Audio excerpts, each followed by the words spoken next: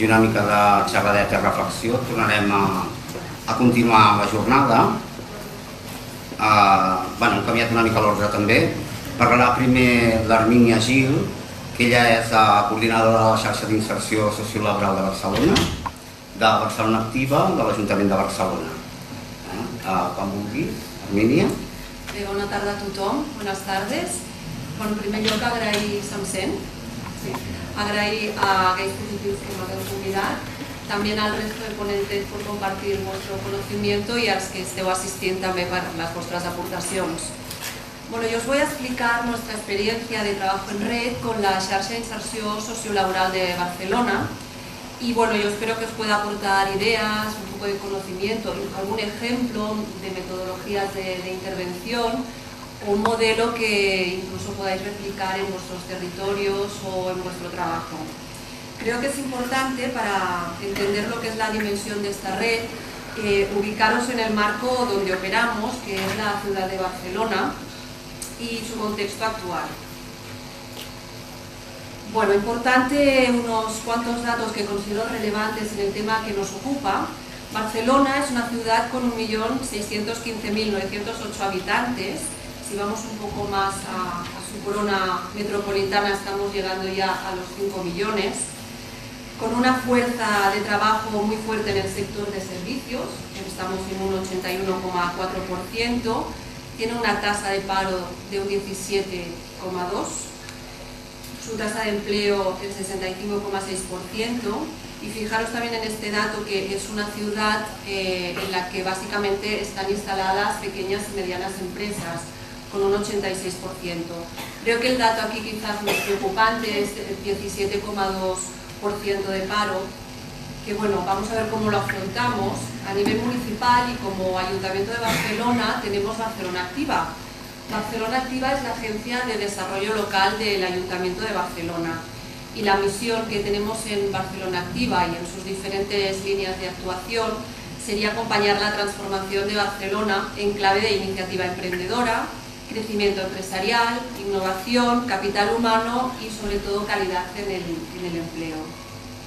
En nuestra línea de ocupación ejecutamos diferentes programas y servicios para el empleo dentro de lo que son el ámbito de las políticas activas de ocupación y ofrecemos información sobre sectores económicos y perfiles profesionales, también orientación profesional, herramientas y canales de búsqueda de empleo, formación profesionalizadora y también formación en nuevas tecnologías, en competencias y habilidades personales que requieren los puestos de trabajo. Esto lo haríamos tanto para las personas que están desempleadas como para las personas que están en activo y que quieren buscar un nuevo empleo.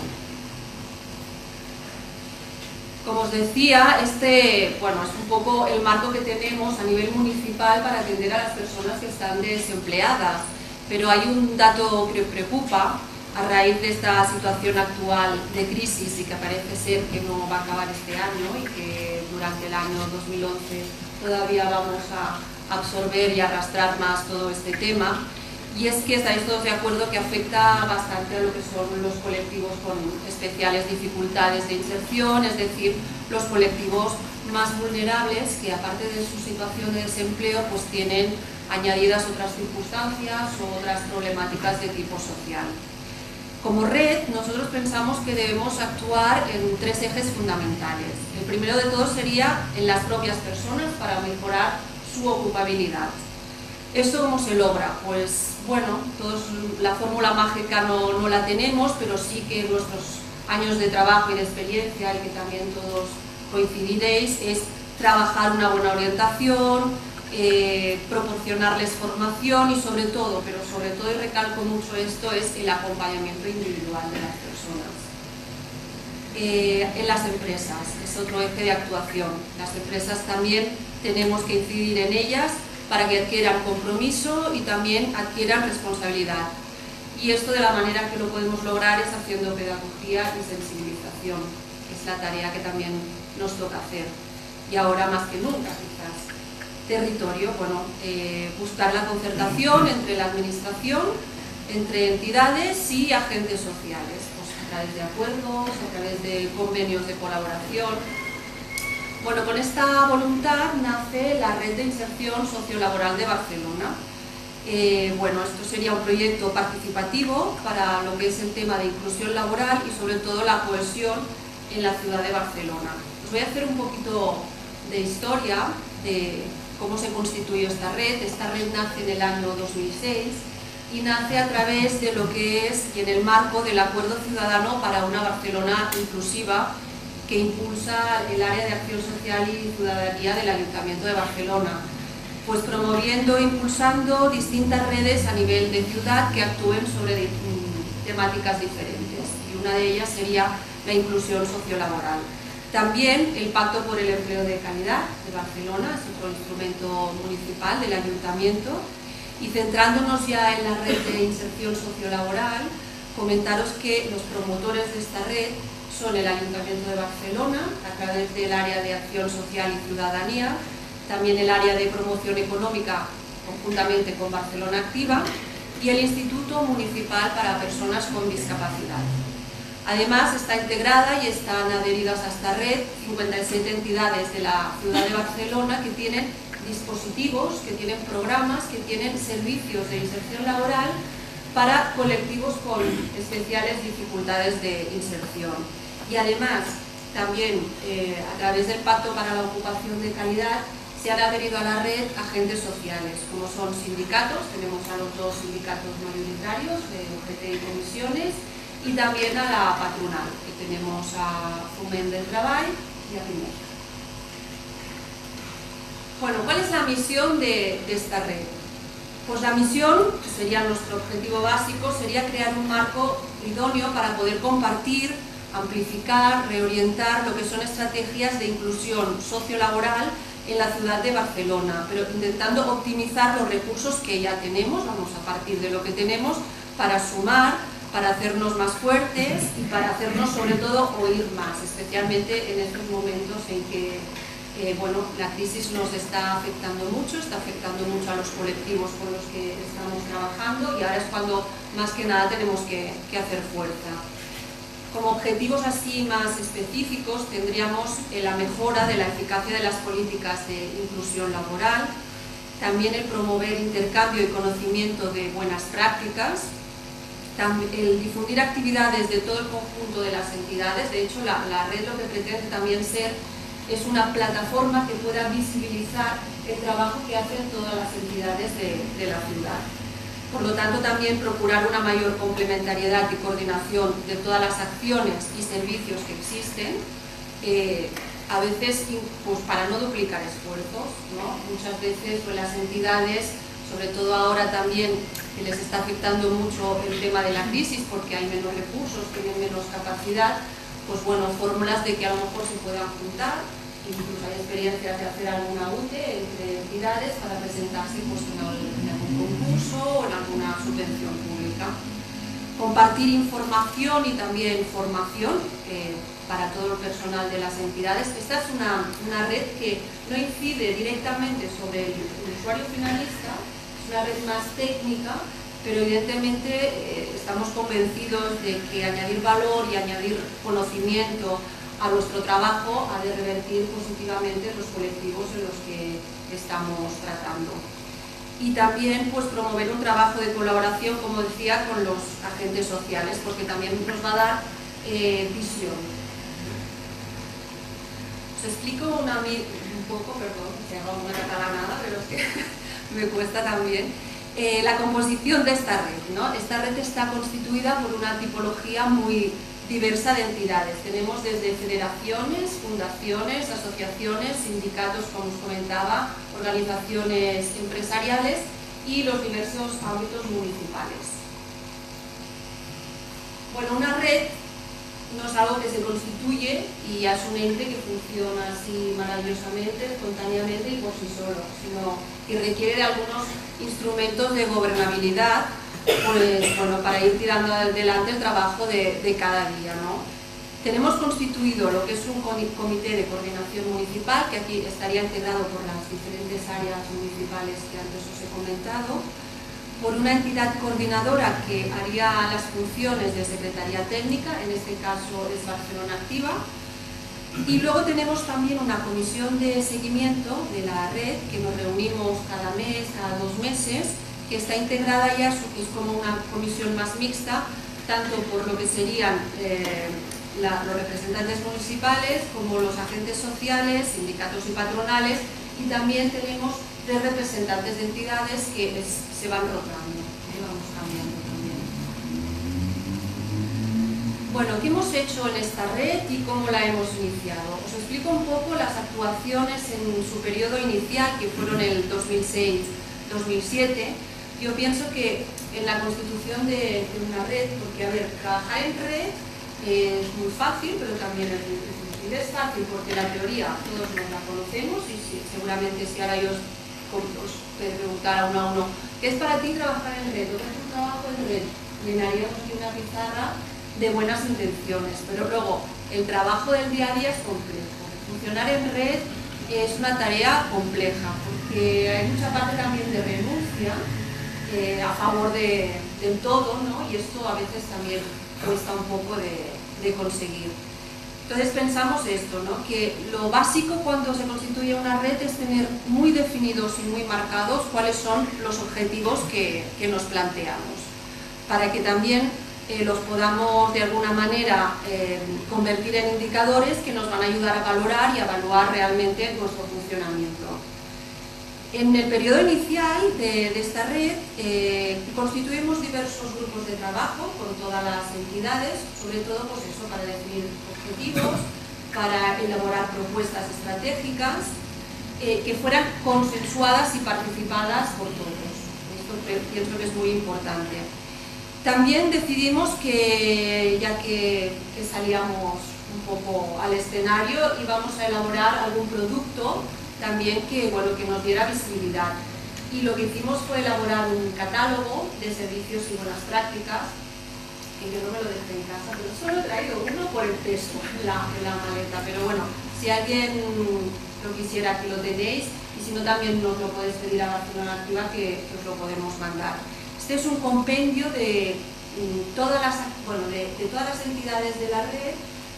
Nos han explicado una buena práctica que han hecho con colectivos, ¿no? Un programa más innovador, una práctica diferente, pues para que fuera un compendio de metodologías y modelos de actuación que también pudiéramos compartir y que nos diera también visibilidad de cara pues a todo lo que es el escenario más de inserción laboral, incluso para poder en tareas de prospección llevarla en visitas a las empresas y poder explicar qué es lo que estamos haciendo. Como os comentaba, grupos de trabajo también, realizamos una jornada técnica, un poco de reflexión y de redefinición, aunque también llegamos a la conclusión en esta jornada que lo que no podemos estar haciendo es al final de cada año redefinirnos, tenemos que tener los objetivos claros y ir a por ellos. Y luego también pensamos que sería bueno tener una herramienta más de tipo digital, que fue en su inicio un portal de recursos de ciudad para la inserción sociolaboral, pero bueno, esta herramienta en su inicio quedó como una herramienta informativa puramente y ahora la estamos reconvirtiendo, ya os comentaré, y en lo que es la página web de la red. Algunas propuestas así rápidas que acordamos cuando os comentaba que definíamos objetivos. Nos proponemos estrategias de comunicación y colaboración con las empresas, desde confeccionar materiales de difusión y sensibilización dirigidos a todo el tejido empresarial, difundir también entre las empresas el trabajo de la red. La red queremos que sea referente de asesoramiento y de información para las empresas y de buenas prácticas, evidentemente sensibilizarlas, y también que nos aporte información, es decir, conocer perfiles y profesionales para que podamos también ajustar la formación a las necesidades de las empresas. Estrategias también de innovación y mejora en las propias entidades de la red, programar, y de hecho también tenemos, ahora os lo comentaré, todo un programa de actividades, formación continua y especializada de los profesionales que trabajan en las entidades, que esto pensamos que favorece mucho todo el potencial de innovación. Y como os comentaba, pues estrategias más de funcionamiento en red, ¿no? Desde compartir visión, estrategias, metodologías, etc.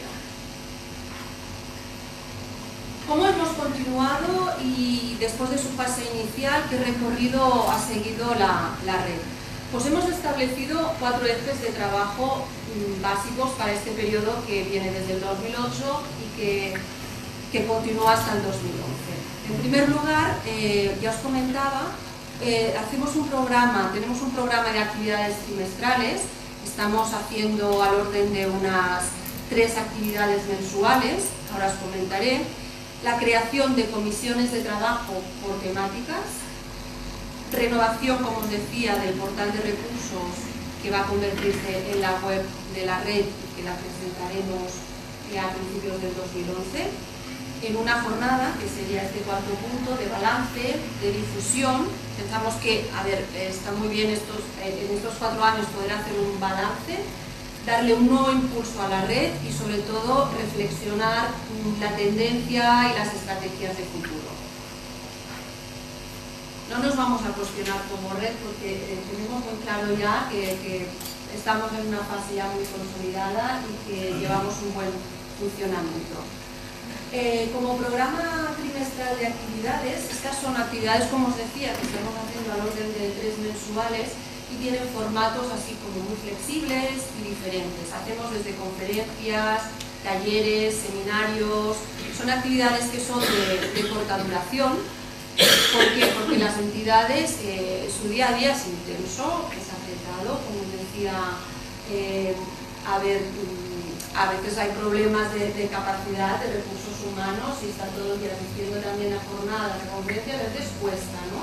Entonces adaptamos formatos y adaptamos temáticas para que de una misma entidad puedan asistir, según crea conveniente, pues la persona que se dedica más a temas de orientación o la que va más en temas de prospección. Así que ofrecemos temáticas diferentes, espacios, por ejemplo, un poco más semiformales, como serían almuerzos en red. Cuando decimos almuerzos es tomar un café en una mesa, pero trayendo una persona de aquellas que, a lo mejor si no tuvieras esta oportunidad te sería difícil el contacto. Por ejemplo, hemos hecho un café con Sara Berbel, que es la directora general de Igualdad de Oportunidades en el Trabajo de la Generalitat. Tuvimos también a Jaume Farré, que es el responsable del programa Incorpora de la Caixa. Y es una dinámica que permite muy el tú a tú y, por ejemplo, entidades a lo mejor que estaban intentando entrar en Incorpora y no acaban de entender muy bien y qué es lo que nos está fallando, que no nos aprueban el proyecto, pues el tú a tú siempre funciona mejor, ¿no? Y el poder expresar también, evidentemente, un poco agobio, ¿no?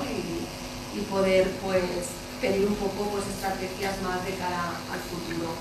También actividades para compartir con otras redes. Y aprovecho aquí por si hay algún representante de alguna red y podemos hacer alguna colaboración, que estaríamos encantados. También ver cómo funcionan otras redes, también pues para poder compartir ese conocimiento. Visitas. El tema de visitas consideramos también que era muy importante, porque aquí somos 57 entidades y todos sabemos lo que es Cáritas y lo que es UGT, pero la oportunidad de ir a sus locales, a sus espacios, a conocer su personal, a que nos expliquen sus programas, a ver cómo funciona aquella empresa de inserción que no quiero hablar, pero ver el funcionamiento con las personas allí, con los trabajadores, enriquece también mucho. Y encuentros también con el empresariado. Las comisiones de trabajo, actualmente tenemos 3 constituidas, y esto también fue por consenso con todas las entidades que nos preocupaba y que queríamos trabajar. En primer lugar, y esto era como el tema estrella, era trabajar la proximidad con las empresas. Tenemos que buscar estrategias de proximidad y de colaboración con las empresas.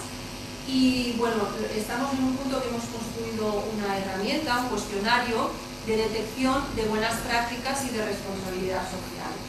Entonces ahora estamos en una fase que estamos pasando el cuestionario a distintas empresas, porque la idea es distinguirlas con un distintivo, valga la redundancia, de empresa inclusiva. A ver, al principio os comento un poco para ver este acercamiento a las empresas, no es fácil.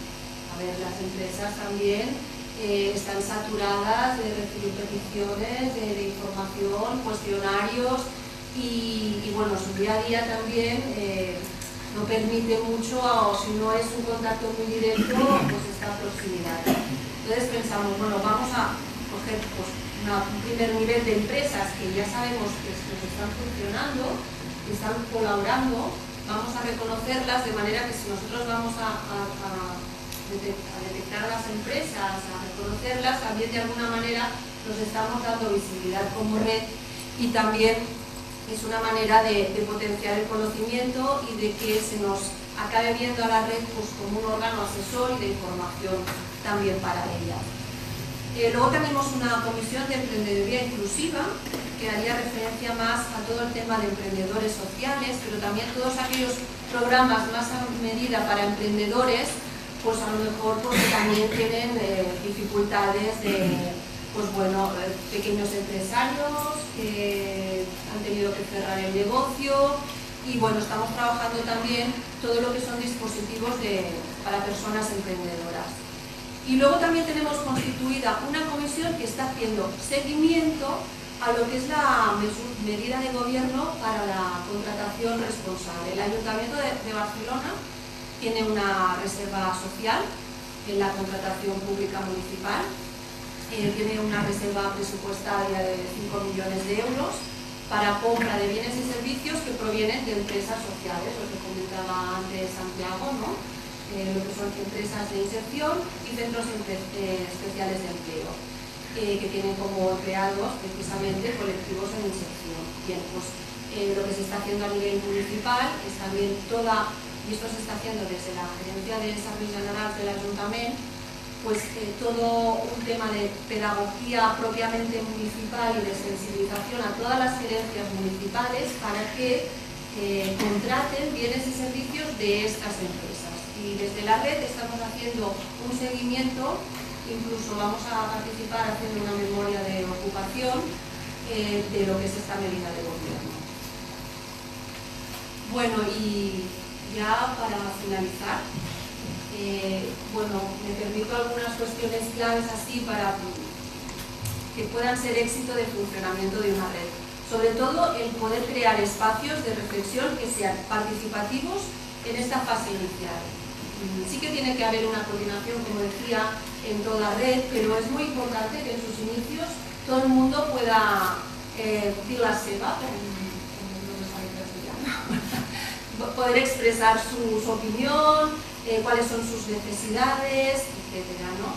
Diseñar planes de trabajo anuales, y todo siempre esto por consenso. Cuando hacemos actividades en la red no tenemos que esperar que todas sean de la cara de todo el mundo, por eso también tenemos que buscar formatos flexibles y con temáticas así diferentes. Sobre todo que haya una entidad o un área municipal que coordine esta red y una persona responsable que la dinamice, que la impulse y que la coordine. Y que no es una tarea fácil tampoco, pero que es estar aquello picando piedra cada día y recordar que tenemos que trabajar conjuntamente, que todos tenemos que hacer aportaciones y que todo esto luego va a revertir de manera positiva a todos. Y bueno, hasta aquí lo que es la explicación de la xarxa d'inserció sociolaboral de Barcelona. Muchas gracias a todos y si tenéis alguna pregunta, pues os contesto encantada. He traído también algunos folletos de lo que es la red, si los queréis coger, aquí hay los datos de contacto también, por si queréis hacer algún tipo de consulta, contactar con nosotros. Gracias.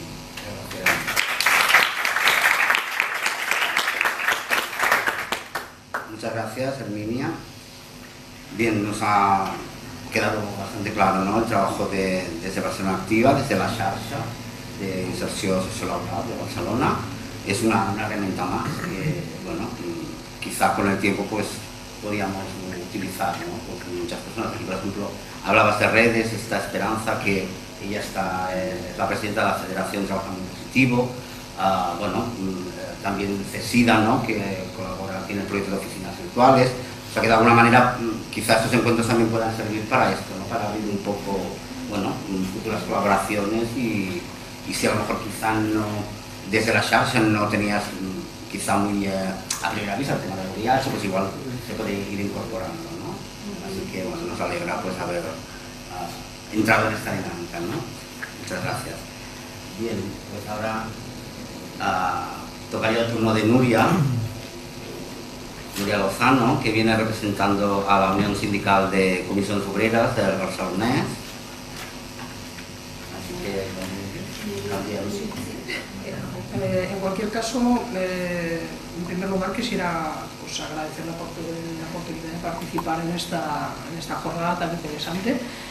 Nosotros como organización no hace demasiado tiempo que hemos empezado a trabajar de forma estable determinadas temáticas, y desde Comisiones Obreras del Barcelonés pues nos está tocando un poco hacer de pioneros o de punta de lanza o como le queráis denominar. Hemos creado de forma estable un grupo de trabajo LGTB y entonces hemos empezado a trabajar problemáticas que están relacionadas pues con las dificultades que tienen los compañeros y compañeras que toman parte en esta área, que en nuestro caso pues tenemos asignada a lo que sería la Secretaría de Derechos de Ciudadanía, porque para nosotros, en definitiva, de lo que se trata es de regular los derechos de la totalidad de los ciudadanos y ciudadanas, con independencia de exactamente de qué clase de derechos estemos hablando.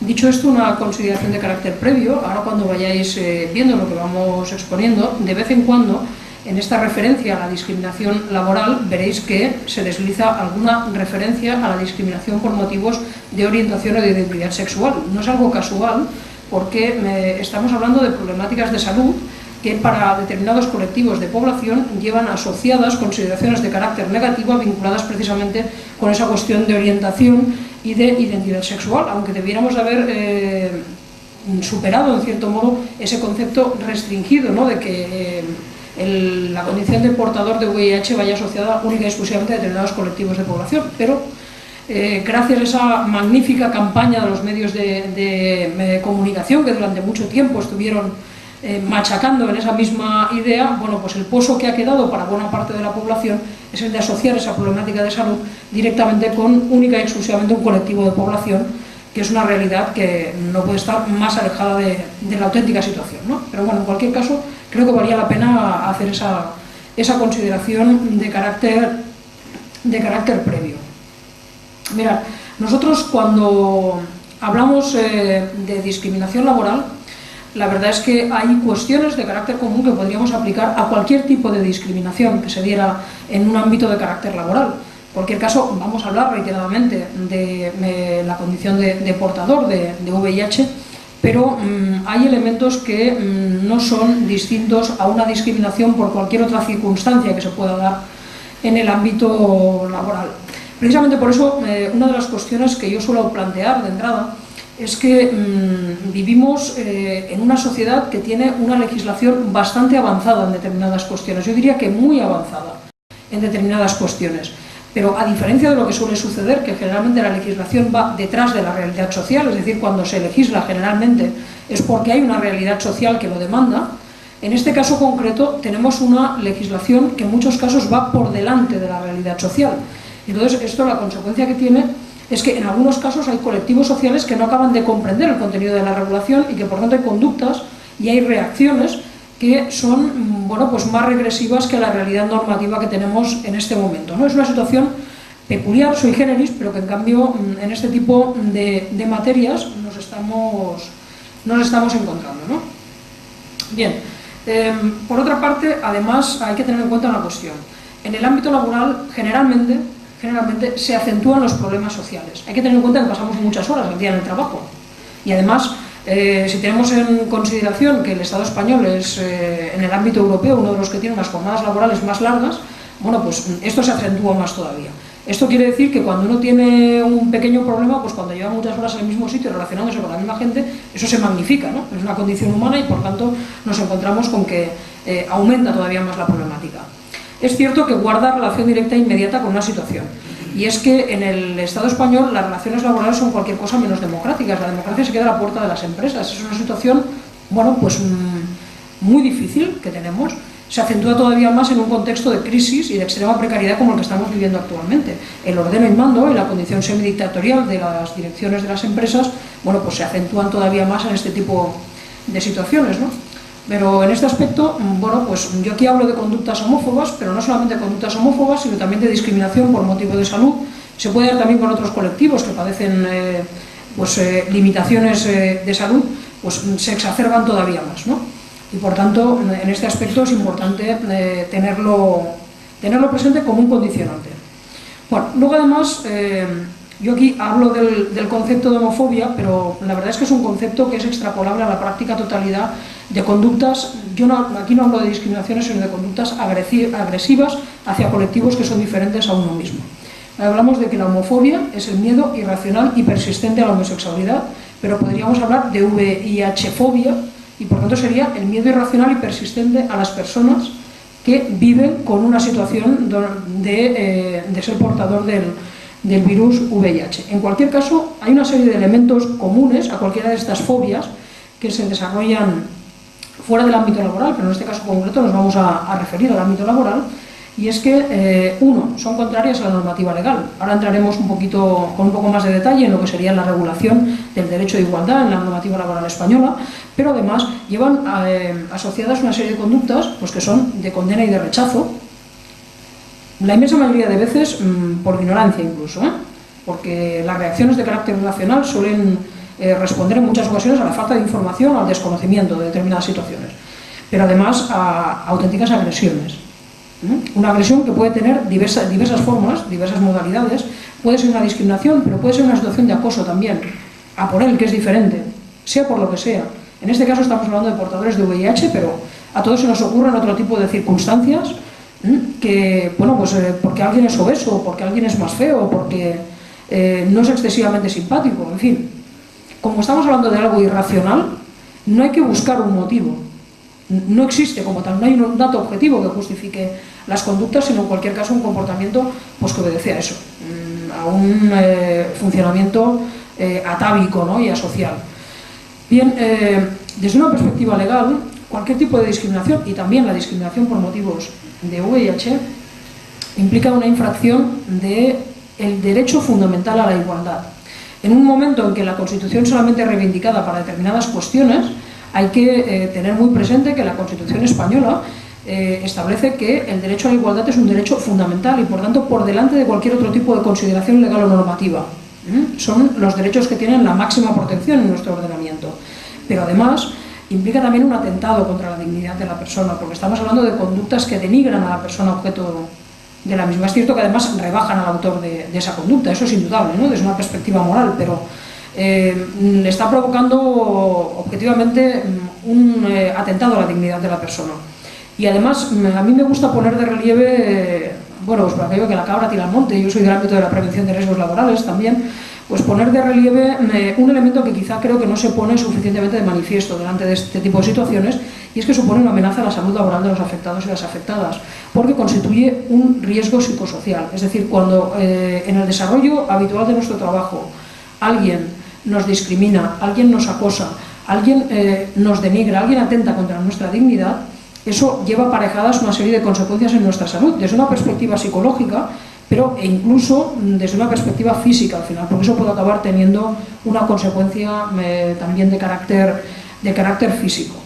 Y claro, no es solamente que eso tenga una consecuencia para la salud laboral, es que el responsable de garantizar que la salud de los trabajadores está suficientemente protegida en el puesto de trabajo es el empresario, y por tanto eso requiere de la actuación de los titulares de las empresas, y creo que es un elemento que hay que tener muy presente, ¿no? Si estamos hablando de conductas discriminatorias, además de lo que estamos hablando es de que la persona no tiene los mismos derechos y obligaciones laborales que el resto de sus compañeros y compañeras. Va a ver cómo encuentra una situación más perjudicial por lo que se refiere al reconocimiento de esos derechos y obligaciones. Luego entraremos con un poquito más de detalle, Estoy empezando a dar algunas pinceladas. Y en algunos casos, además, podemos estar hablando de una posible vulneración del derecho a la intimidad.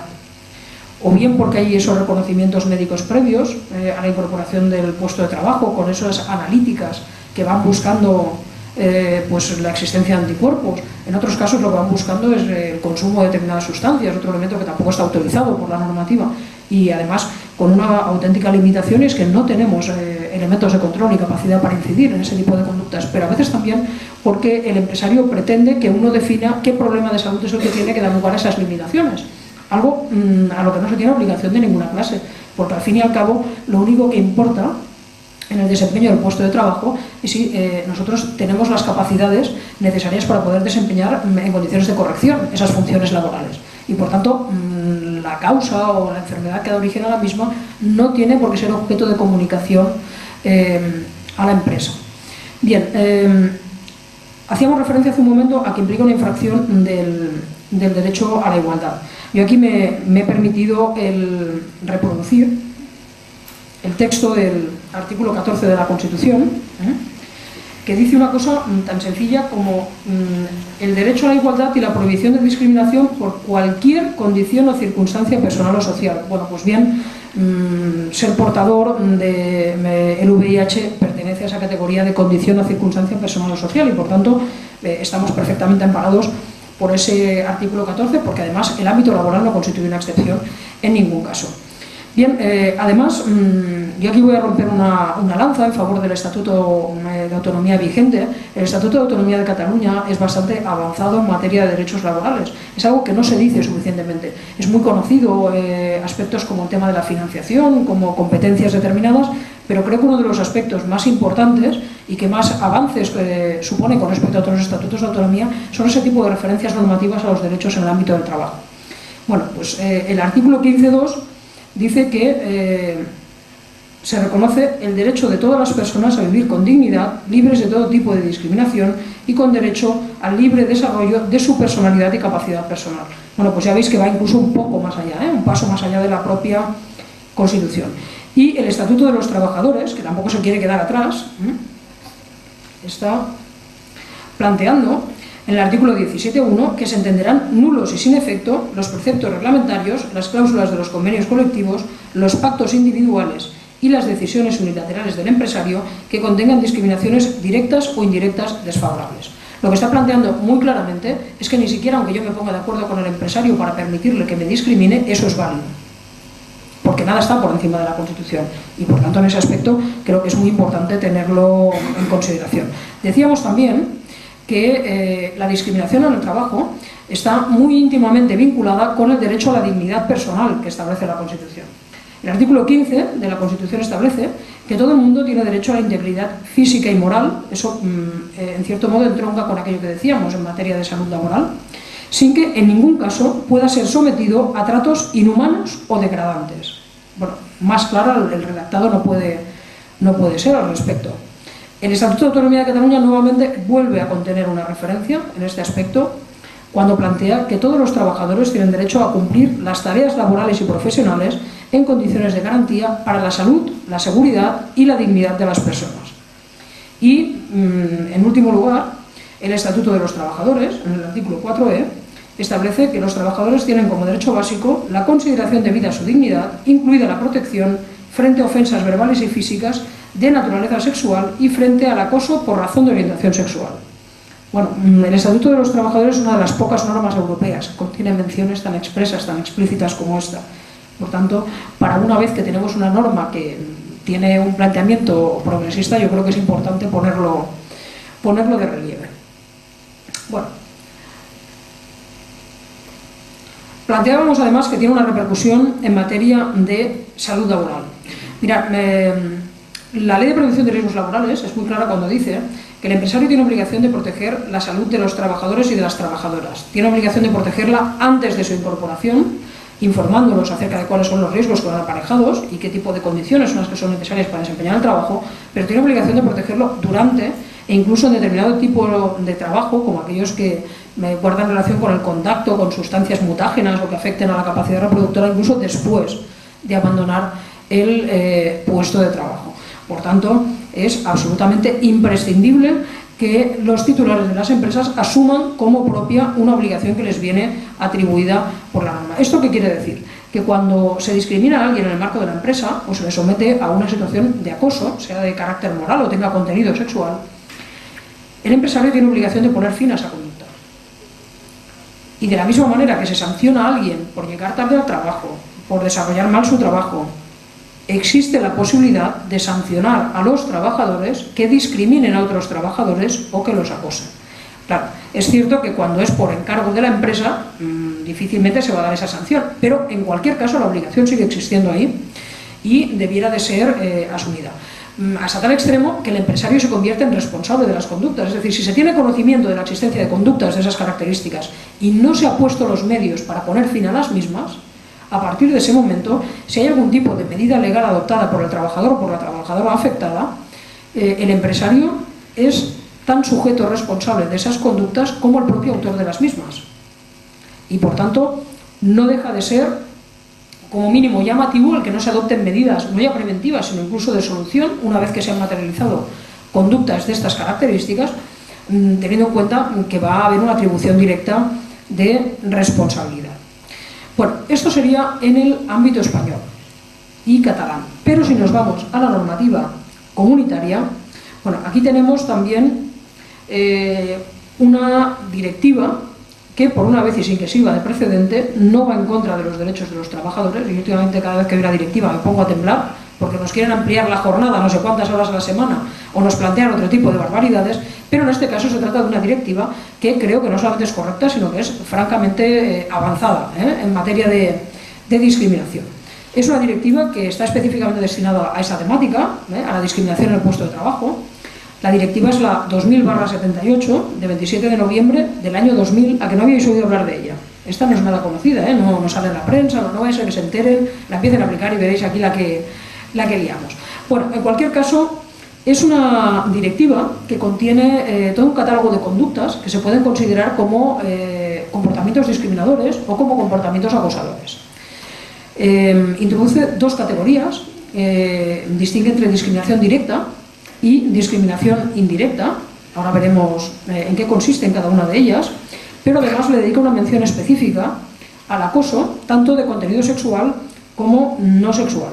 Y para que no exista confusión de ningún tipo, porque ya sabéis que en un caso se habla de acoso y en otro se habla de bullying, bueno, pues dice específicamente que se contempla tanto el acoso realizado por los propios compañeros o compañeras como el acoso realizado directamente por el empresario, para que no haya ningún tipo de género de duda, no haya confusión al respecto. Bueno, ¿qué diferencia hay entre esa discriminación directa e indirecta? ¿A qué hace referencia la directiva comunitaria? Bueno, en el caso de la discriminación directa, estamos hablando de conductas que no son directamente agresivas por un motivo tangible, por un motivo concreto y determinado. Lo que hay es un trato menos favorable, es más sutil, digámoslo, es un trato menos favorable. En este caso, estamos hablando de VIH, sería por motivos de salud y además por comparación con otro en la misma situación. Un ejemplo práctico.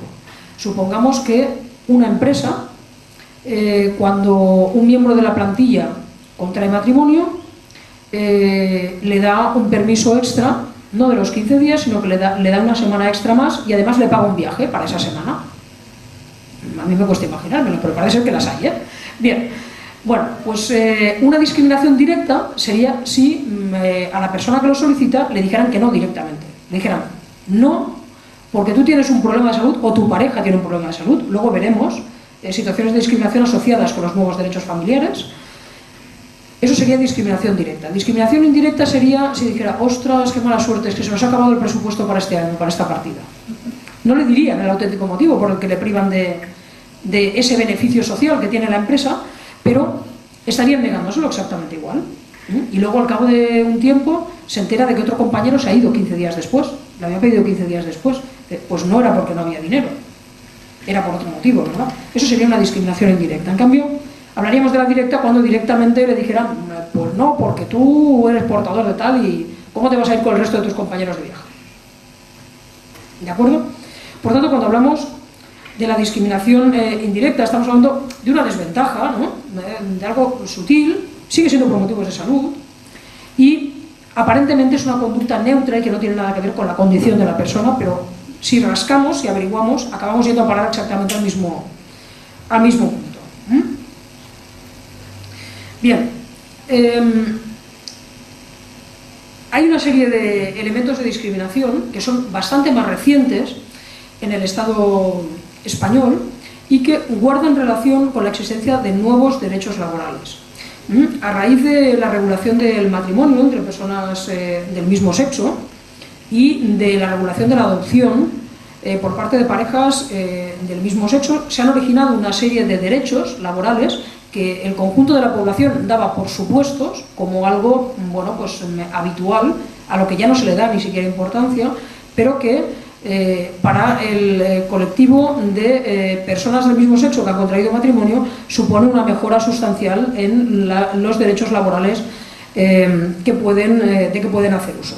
Estamos hablando pues, de derechos relacionados con la condición de pareja de hecho, en aquellos sectores en que tiene reconocida virtualidad jurídica, de matrimonio, paternidad, sea natural o sea adoptiva, y acogida familiar también, porque también existen supuestos de acogida familiar. Bueno, en cualquier caso, de derechos laborales de carácter familiar, que si hablamos de VIH implican necesariamente el conocimiento de la existencia de una enfermedad por parte de la pareja o bien por parte de un familiar directo de la pareja. ¿Qué ocurre? Bueno, pues que en algunos casos nos exigen la presentación de certificados médicos para tener derecho a disfrutar esos permisos o poder acceder, no solamente estamos hablando de permisos por relación familiar, sino que estamos hablando también de excedencias para cuidado de familiares, que esa es otra posibilidad que también existe y que se ha abierto a raíz del cambio de normativa. Claro, ¿qué ocurre?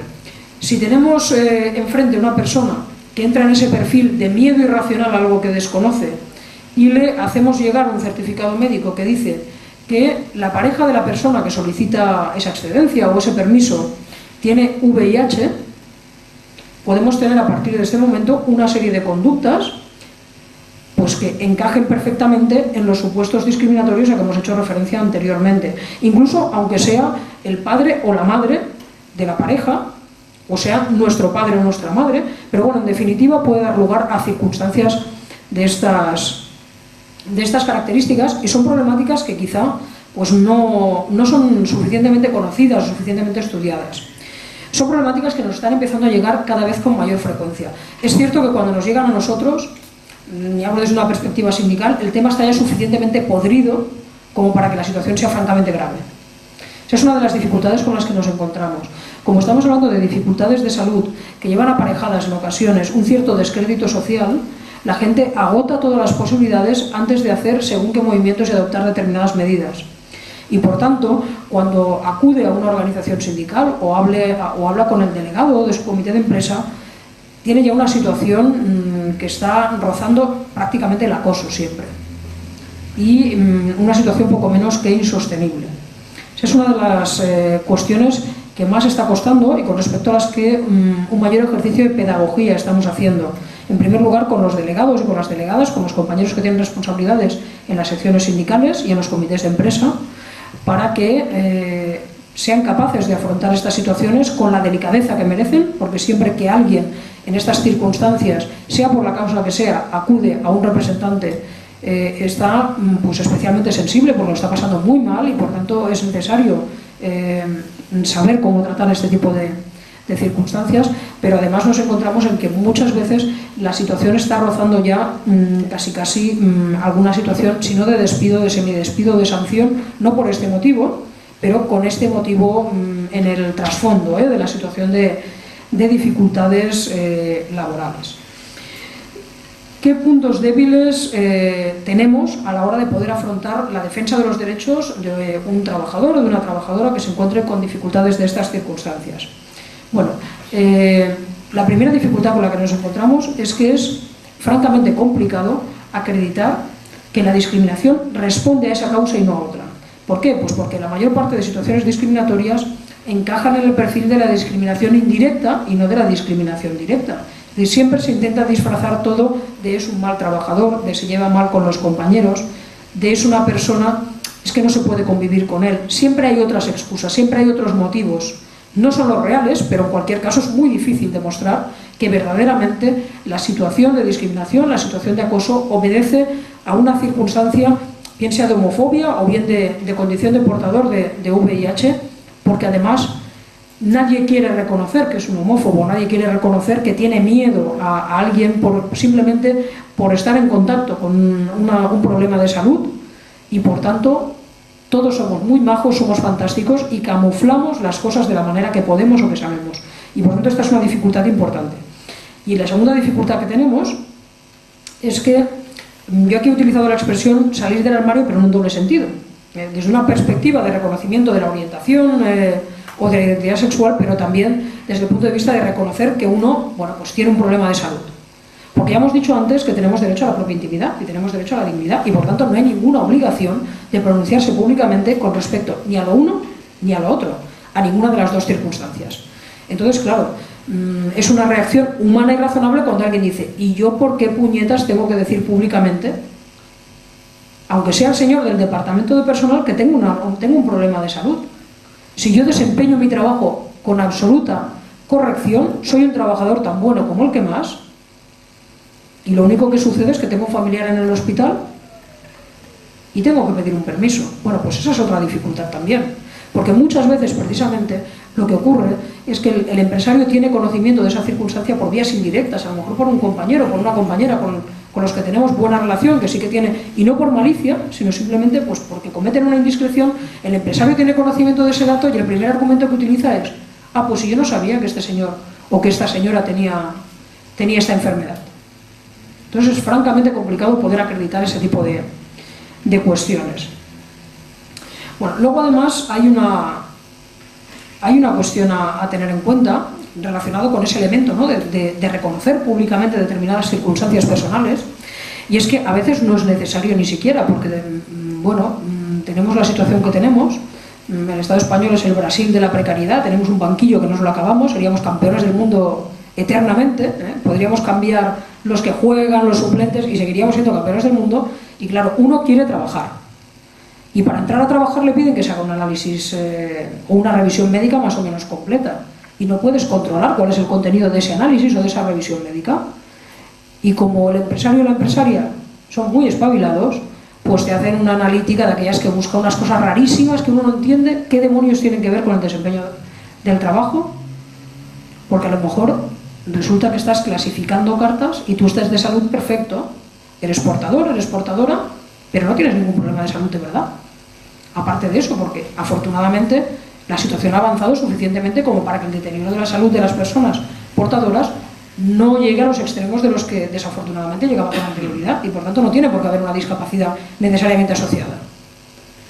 Bueno, pues claro, una vez que tiene conocimiento, estamos en situación de riesgo con respecto a esa discriminación o con respecto a ese acoso. Mira, si alguna vez tenemos conocimiento de que hemos sido objeto de una revisión o de que hemos sido objeto de una analítica de estas características, nos amparan tanto el artículo 18.1 de la Constitución, que está desarrollado por una ley orgánica que es muy famosa por servir a los famosillos de este país para atacar a los medios de comunicación, pero que no es tan famosa por proteger la intimidad de las personas, de todas las personas, y no solamente de los personajes públicos.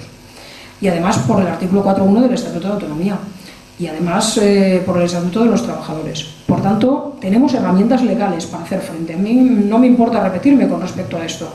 ¿Por qué? Porque en ocasiones, cuando nos enteramos de esta circunstancia, y además ya tenemos una situación laboral suficientemente deteriorada, no perdemos absolutamente nada por adoptar las medidas que consideremos más oportunas. Con la situación que hay del mercado laboral, yo sé que todo el mundo, pero no por este motivo, por cualquier otro motivo que puedas tener problemas en el trabajo, intenta agotar todas las posibilidades antes de ponerle una demanda o presentar una denuncia de inspección de trabajo contra la dirección de la empresa. Pero en ocasiones no nos dejan otra alternativa. Y los derechos están para ejercerse. Y desde luego, como muy bien podéis entender, podéis contar con el respaldo total y absoluto, en este caso de Comisiones Obreras de Barcelona, porque es la organización a la que pertenezco, pero de las organizaciones sindicales para el ejercicio de cualquier derecho. Bien, a mí hay un concepto que me gusta dejar muy claro, porque quizá no se le suele dar esa orientación, y es que la discriminación en el trabajo por VIH y por tantas otras cuestiones equivale a precariedad laboral. Es otra forma más de precariedad. Precariedad no es solamente tener un contrato temporal o tener un salario bajo o verte en la obligación de cumplir funciones que no son aquellas para las que te están pagando, porque han contratado a alguien mucho más cualificado ya pensando con que voy a pagar por un auxiliar administrativo pero voy a tener una secretaría de dirección. Precariedad también es sufrir discriminación, sufrir acoso como consecuencia de este tipo de circunstancias. Por tanto, un trabajo digno, un trabajo de calidad, pasa necesariamente porque no se materialicen circunstancias de estas características. Y antes de acabar, que ya os he pegado bastante la tábara, hay otra cuestión que creo que es importante poner de relieve. Y es que la reforma laboral, o la contrarreforma laboral, como a mí me gusta más decirle, contiene un precepto que es una vía de agua enorme para la discriminación en el acceso al trabajo, y es la privatización de los servicios públicos de empleo. En el Estado español, durante muchísimos años, aquellas agencias de colocación que tenían ánimo de lucro no tenían la consideración de servicio público de empleo. Esto ha cambiado con la contrarreforma. A partir de ahora, las ETTs son servicio público de empleo exactamente igual que el INEM. Esto, aparte de otras consecuencias, como por ejemplo que de la ETT nos manden a un cutre trabajo, digamos que no, y nos quiten el paro, que no es poca cosa, lleva aparejada otra serie de circunstancias. ¿Por qué? Porque la reforma no dice que tengan que abandonar ese ánimo de lucro. Y por tanto, si yo tengo una empresa para buscar trabajo a la gente, pero lo que quiero es ganar dinero, le voy a buscar trabajo solamente a aquellos que sean fáciles de colocar y a aquellos que tengan salarios altos y me dejen a mí un margen importante. Y la norma que hace esa reforma laboral no contiene ningún elemento de control sobre ese tipo de circunstancias. Eso quiere decir que aquellas personas con dificultades de salud son colectivos sustancialmente más vulnerables a la actuación depredadora por parte de las empresas de trabajo temporal en esa gestión del empleo. Algo que parece indeseable bajo cualquier otro punto de vista, porque un servicio público que se tache de verdad de público de empleo tiene que respetar escrupulosamente la normativa laboral y tiene que respetar escrupulosamente los derechos de los ciudadanos y de las ciudadanas que vienen contemplados en la Constitución y en el resto del ordenamiento jurídico. Este es un tema que no ha sido objeto de desarrollo reglamentario, pero parece difícilmente controlable porque, claro, con la cantidad de ETTs que hay, que tenemos una en cada esquina de este país, y con la poca inversión en inspección de trabajo que hay, que necesitaríamos un volumen de inspectores de trabajo no ya más alto, sino que necesitaríamos casi decuplicarlo o centuplicarlo para poder atender y controlar seriamente, pues nos podemos encontrar con que en una ETT haya una exigencia de someterte a una revisión médica y que tú estarás apuntado allí, pero no te van a buscar trabajo.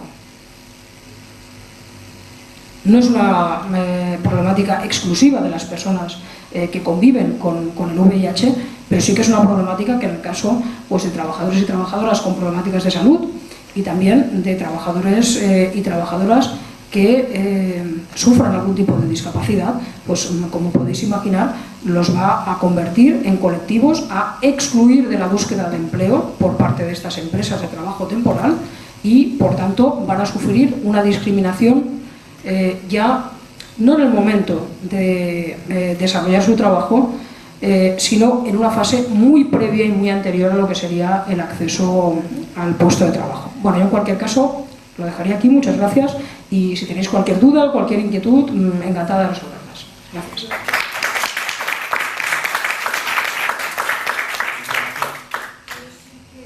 Muchas gracias, Nuria. Yo creo que ha sido muy clara, contundente y precisa. Pues abrimos el turno de palabras. Buenas tardes. Yo sí que quería que comentaras un elemento que pienso que es una herramienta muy potente de la directiva europea, que es la inversión de la carga. Porque aquí el que tiene que alegar y demostrar que no ha discriminado no es el que plantea la denuncia, sino al revés. Sería la empresa que tendría que acreditar que no ha sido discriminadora con esta persona.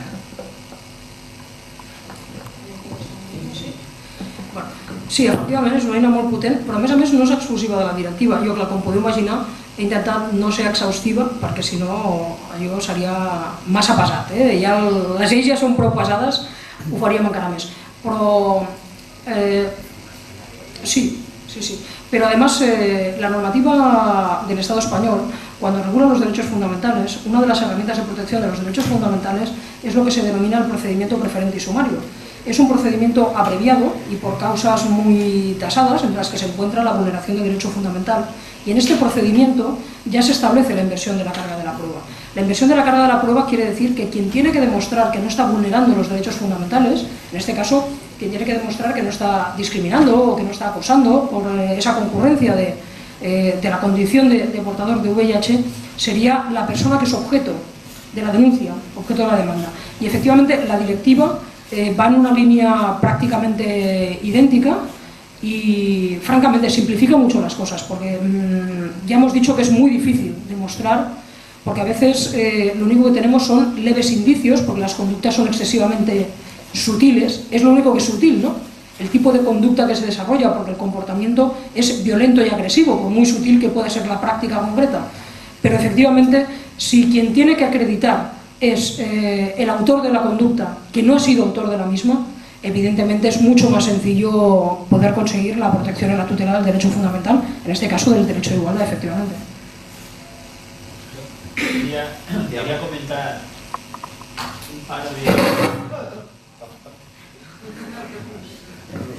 un par de cosas con relación a este tema de la inversión de la carga de la prueba. Yo tenía entendido que esto tenía que ver también más con el tema de la discapacidad. No en todos los casos se podía aplicar la inversión de la carga de la prueba. Eso es algo que tenía entendido y creo que en algún momento me lo marcaron a través de algún informe jurídico. Entonces, no sé, era para que si es así lo comentaras y si no, bueno, pues lo dejaras un poco claro. Luego hay una cuestión que quería también comentarte, Nuria. No sé si es reflexión, pregunta o un poco de todo. Parece claro que a través de la regulación, de la legislación, a través del tema de la legislación no existe discriminación o no hay discriminación en la legislación española. Sin embargo, luego en la práctica, pues la cosa parece que ya no está tan clara. En la práctica, pues yo entiendo que en el ámbito laboral no sé exactamente cuál es la situación, pero parece que no está tan claro el que no exista discriminación. No sé si hay datos o no hay datos de esto, no sé en qué tema sería, a lo mejor posiblemente en el tema de las exploraciones médicas, ¿no? O a partir de esas exploraciones es cuando se plantean y qué podemos hacer. Y luego aquí hay otra cuestión que me preocupa y es el hecho que también comentaste de la responsabilidad del empresario en la salud laboral. O sea, por un lado se plantea la responsabilidad del empresario en la salud laboral y puede que este hecho, ante el desconocimiento sobre todo del empresario de determinadas circunstancias, pueda hacer que se planteen determinadas cuestiones o que haya determinadas cuestiones que no se planteen de la manera adecuada. Y luego quería comentar también un tema para Herminia. Yo, a ver, diste un dato de desempleo, creo, en Cataluña del 17-18%, ¿no? Dijiste, en Barcelona. Es que a mí esto me parece un dato, bueno, evidentemente preocupante, pero sobre todo la reflexión me llevó al hecho de que hace poquito vi que entre los colectivos que estamos hablando el dato de desempleo estaba en el 60%. Entonces es algo que bueno, o sea, que siendo preocupante una cosa, imaginemos cuál es la situación de estos otros colectivos. Y quería que has hablado, creo que también de la reserva de mercado a través de los contratos reservados, has hablado también de una reserva de mercado, ¿no? En la administración catalana. Si no me equivoco, creo que fue la primera comunidad autónoma, la primera administración pública que en el 2004 estableció este principio. Y también, si no me equivoco, creo que la legislación del Estado habla de carácter voluntario en este tema, pero creo que Cataluña no habla de carácter voluntario, habla de carácter obligatorio, ¿no? Bueno, pues que comentaras un poco esto si pudiera ser. Bueno, el tema de la inversión de la carga de la prueba, además, no es un tema que afecte única y exclusivamente al derecho de igualdad. Es un mecanismo que establece la Constitución para los derechos fundamentales, en líneas generales. Se ha utilizado, por ejemplo, contra la infracción del derecho de huelga, contra la infracción del derecho a sufragio activo. Por tanto, en definitiva, es un tema generalizado para los derechos que la Constitución define como fundamentales, que son los artículos 14 a 29. Entonces, no es única y exclusivamente por lo que se refiere al derecho de igualdad, y desde luego dentro del derecho de igualdad no solamente por motivos de salud, sino por cualquier otro tipo de circunstancia cabría también. Sí que es cierto que otra cosa es que la práctica judicial sea restrictiva. Ya entramos otra vez en el terreno de socialmente en qué situación estamos. Es decir, la legislación va por delante o va por detrás. Bueno, pues el sector de la magistratura es especialmente conservador en este país. Es uno de los sectores en los que no se ha hecho la transición, precisamente. Entonces, ante determinadas problemáticas, pues tienen una reacción no de aplicación neutra de la ley, sino casi de precaución. Bueno, pues esta es una de esas materias en las que hay mayores dificultades en la aplicación, pero no es un tema de carácter restrictivo de la normativa, sino en cualquier caso de interpretación y aplicación restrictiva por parte de la Judicatura, y creo que no hay que renunciar a ampliar esa interpretación y esa aplicación. Por otra parte, desde luego estoy totalmente de acuerdo contigo, no existe discriminación con la legislación en la mano, pero evidentemente no estaríamos hablando hoy aquí si no tuviéramos discriminación en los centros de trabajo. Ahora bien, ¿qué ocurre? No podemos prácticamente hacer estadísticas porque la muestra sería inapreciable. Para que os hagáis una idea, por este tema, en los últimos 2 años, el Gabinete Jurídico de Comisiones en toda Cataluña ha llevado 10 casos. Claro, es una cantidad tan baja que no puedes hacer una muestra estadística. Entonces, estamos un poco en aquello que comentábamos, ¿no? Son circunstancias que por distintos motivos se intentan mantener encubiertas, se intentan mantener tapadas. Solamente cuando la situación llega a determinados extremos, eso es público y se tiene conocimiento de ello. Tanto en el caso del VIH como en el caso de las conductas homófobas también. Es una situación muy similar porque las connotaciones, lo comentábamos antes, son muy parecidas, ¿no? Con lo cual, desafortunadamente, no podemos cuantificar. Y por lo que te refiere al tema de la responsabilidad empresarial, hombre, evidentemente la responsabilidad empresarial existe también por la conducta discriminatoria, por lo que supone de infracción de la normativa laboral, por descontado. Pero yo planteaba el tema de la salud laboral porque quizás es una vertiente que normalmente no se tiene en consideración. Y cuando alguien es objeto de acoso o es objeto de discriminación, está sufriendo repercusiones psicológicas. Y existe también, dentro de lo que sería la evaluación de riesgos que toda empresa tiene que realizar, existe un apartado que es un poco el patito feo de la prevención, que es el apartado de riesgos psicosociales. Y es un apartado que tiene que ser objeto de evaluación también. Y además tenemos otra dificultad añadida, y es que la mayor parte de los métodos que se aplican son métodos desarrollados en países del norte y del centro de Europa sin que haya habido una adaptación a la idiosincrasia propia. El único método que hay adaptado sociológicamente es el ISTAS 21, que ha desarrollado conjuntamente el ISTAS, que es un Instituto de Salud Laboral de Comisiones Obreras, junto con el Departamento de Trabajo de la Generalitat y colaborando con un instituto finlandés, que es quien desarrolló el método inicial cuya adaptación se ha llevado a cabo. Entonces, claro, incluso aunque los métodos originarios que se aplican contengan referencias a cuestiones de este tipo, lo son desde una perspectiva de una sociedad más avanzada en esa materia y por tanto no acaban de reflejar tampoco la realidad que tenemos aquí. Entonces, en cualquier caso, como en muchas ocasiones, el empresario o la empresaria argumenta desconocimiento por lo que se refiere a la infracción de la normativa laboral porque no son los autores directos, no son los autores materiales de las conductas, como en el caso de las conductas que tienen repercusión en la salud laboral, no tiene importancia quién es el autor material, porque en cualquier caso existe esa obligación de garantizar dentro del centro de trabajo las condiciones de seguridad y salud de los trabajadores, es una manera de poder conseguir acciones a cargo de los empresarios porque reciben directamente esa responsabilidad, incluso aunque sea una vía más indirecta, ¿no?, que la infracción directa de la normativa laboral. Sí, yo lo que te comentaba, sí que hay... ¿Ahora? Sí. Bueno, lo que os he comentado, ¿no?, que sí que por parte de la Administración catalana, de la Generalitat, salió una ley, no te sé dar el dato, no sé si tú la tienes controlada, pero bueno, que sí que obliga a tener una reserva presupuestaria para compra social responsable.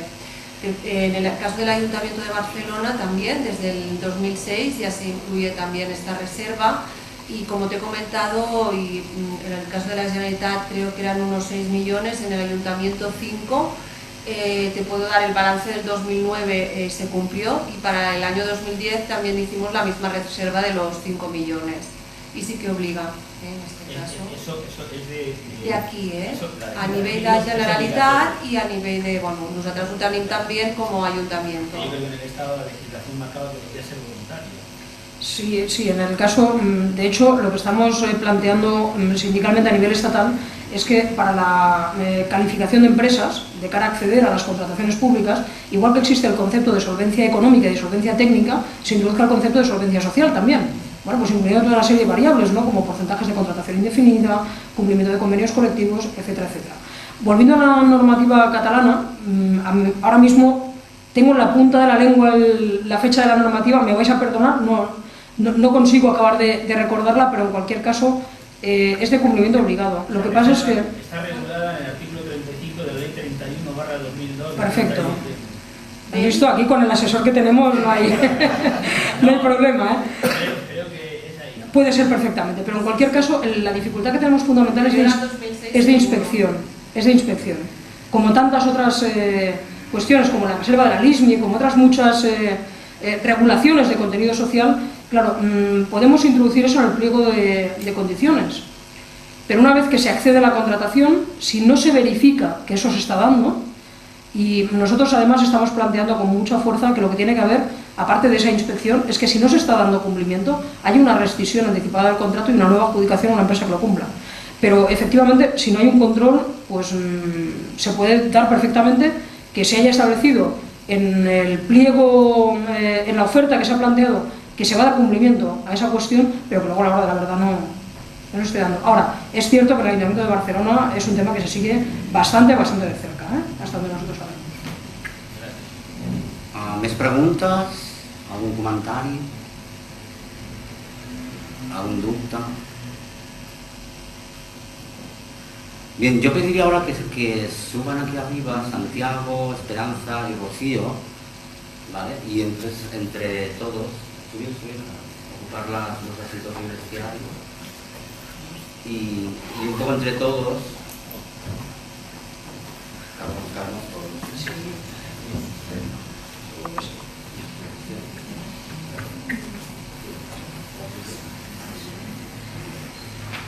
Bien. Pues bueno, entre todos, tampoco no tenemos mucho tiempo porque aquí nos van a cerrar de aquí un ratito. O sea, de aquí creo que media hora o así nos cierran, ¿no? Si no me equivoco.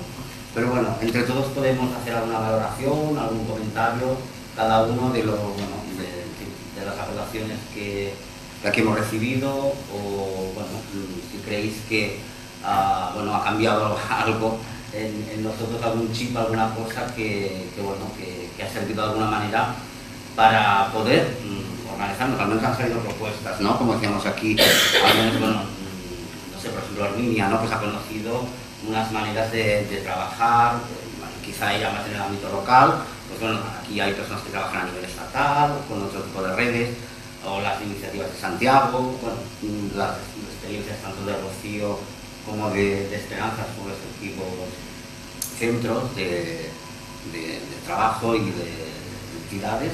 Y bueno, y Nuria yo creo que bueno, ha sido increíblemente rotunda, ¿no? Y creo que ha sentado unas bases muy claras, ¿no? de la situación actual.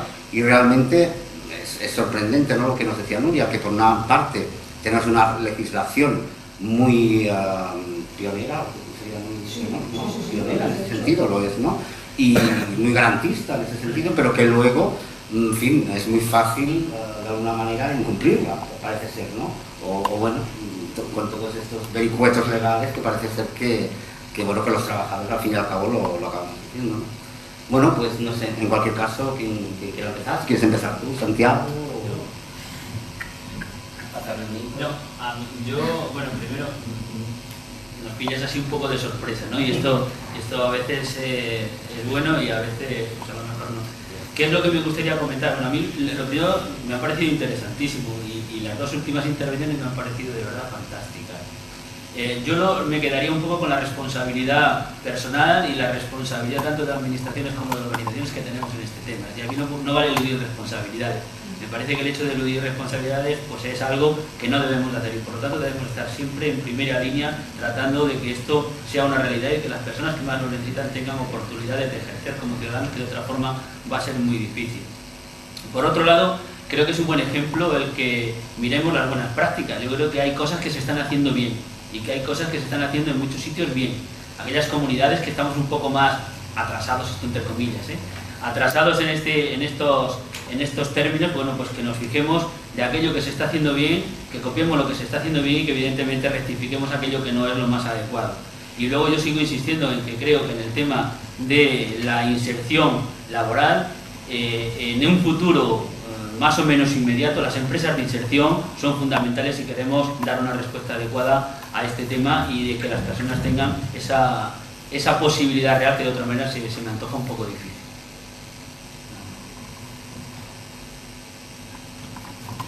Bueno, pues un poco por lo que hablábamos, es que para entidades pequeñitas, comunidades pequeñas en las que tenemos proyectos pequeñitos que nos cuesta sacarlos adelante, nos viene realmente bien participar en este tipo de formas en el que tenemos la posibilidad de oír las experiencias de personas que tienen un trabajo mucho más avanzado en materia de inserción laboral y que yo me voy realmente contenta y un poco agradecimiento.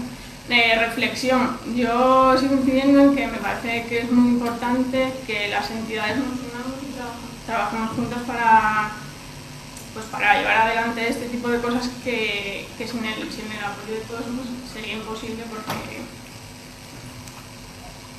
ya está, no tengo nada más que...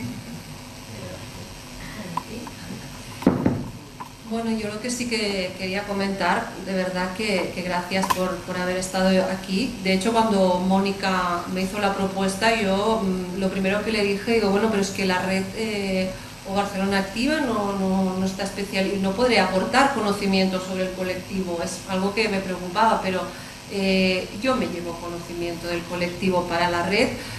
Normalmente, pues cuando trabajamos con las entidades que son miembros de la red, pues trabajan con jóvenes, con mujeres, con inmigrantes, pero todavía no tenemos ninguna entidad dentro de la red que trabaje específicamente con el colectivo de personas con VIH.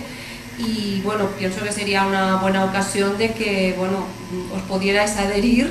Sé que además estáis impulsando también todo un programa de inserción, que es uno de los requisitos para formar parte de esta red.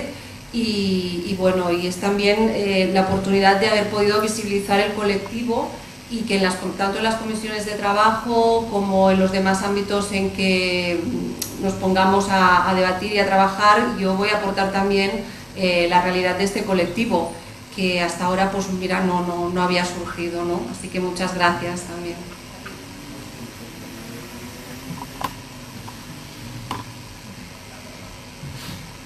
Bueno, yo en primer lugar agradecer la oportunidad de participar, porque nosotros estamos arrancando con esta temática en comisiones obreras y por tanto cualquier oportunidad para poder intercambiar experiencias es muy positiva para nosotros. Yo me quedo con una idea que creo que es muy importante, y es que en distintos puntos de la geografía se está trabajando en la misma dirección. Es decir, no es una cosa de una zona geográfica concreta y limitada, sino que en todos sitios se está haciendo un trabajo muy positivo, y eso remarca todavía más la necesidad de trabajar en red para poder compartir las fortalezas y superar las debilidades en cualquier caso. Nada más, gracias. Bueno, pues yo también quería agradecer la posibilidad de haber participado y además el llevarme que estas tres, bueno, sobre todo la primera, cuando hemos expuesto tres formas diferentes de abordar la situación, a mí me parece que son complementarias, que hemos podido ampliar un poco, no solamente ver personas VIH, sino a qué otros colectivos más amplios pertenecen, discapacitados, exclusión social. Y creo que la fórmula ideal, por lo menos lo que yo me llevo, es que ojalá pudiéramos concentrar esas tres fórmulas: taller ocupacional, centro especial de empleo y empresas de inserción como solución, para luego pasar a la empresa ordinaria. Y también pues acepto de un grado lo que Herminia ha propuesto de colaborar y de ver cómo crear dentro de las redes, que nosotros tenemos redes de entidades, pues poder involucrar también a sindicatos, a ayuntamientos o a nivel estatal, otro tipo de administraciones, porque pues bueno, creo que podemos conseguir mucho más y que pues nada, estaremos en contacto. Nada, muchas gracias. Bien, muchísimas gracias a todos. Yo creo que ha sido, bueno, estamos aquí con, ahora nos cargamos de energía, ¿no? De ver que estamos haciendo entre todos y todas muchas cosas, ¿no? Yo sí quisiera decir que esto es lo bueno, ¿no? El hecho de que a veces, al menos desde Baix Positiu, somos así, ¿no? Un poco descarados, o sea, nosotros llamamos a todas las puertas, ¿no? Y aunque a veces nos dicen, no, es que nosotros esto bueno, es igual, ven, hablamos y hablamos, ¿no? O sea, eso es bueno, ¿no? Algunos a veces no nos abren la puerta y otros sí, ¿no? Y yo por eso especialmente le quiero agradecer a Herminia Porque claro, a veces hay gente que dice, no, pero bueno, es igual, a lo mejor ahora no, pero mañana sí, y así nos conoces y te conocemos, bueno.